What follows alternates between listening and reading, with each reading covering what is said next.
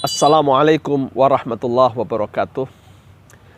Saudara-saudaraku, pada kesempatan ini kita akan lanjutkan kajian surah Al-Baqarah ayat yang selanjutnya yaitu 26 dan 27. Allah telah berfirman, A'udzubillahi minasyaitonirrajim, Bismillahirrahmanirrahim. Innallaha la yastahyi ayyadriba mathalam ma ba'udatan fama fawqaha.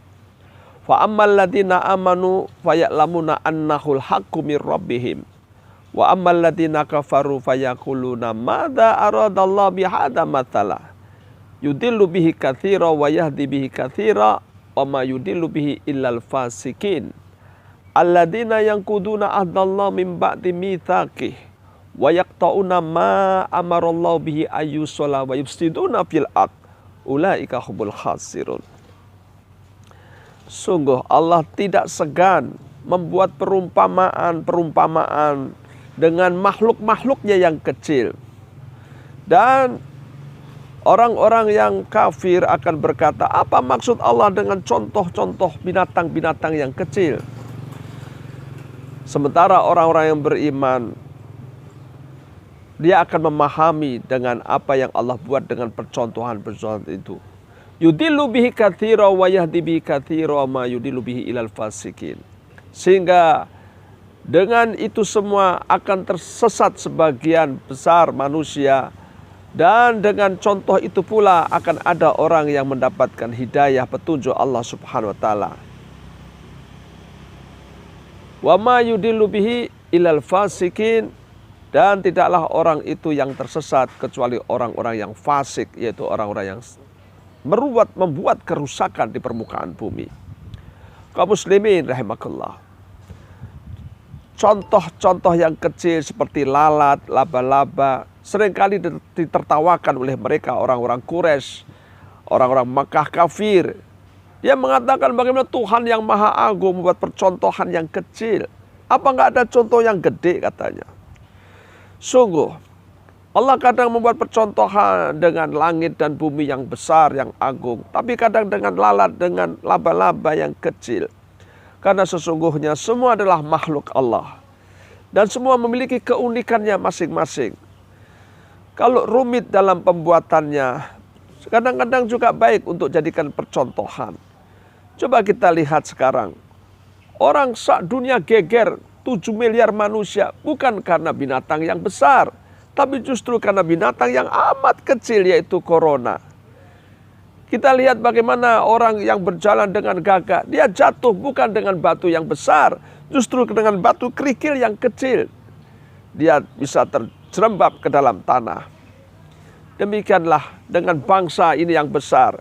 Apa yang disebut sebagai wong cilik, justru dialah pemilik saham terbesar kekuasaan bangsa. Yang disebut sebagai orang besar, presiden, menteri, hanya orang yang diberi mandat. Maka disebut mandataris rakyat.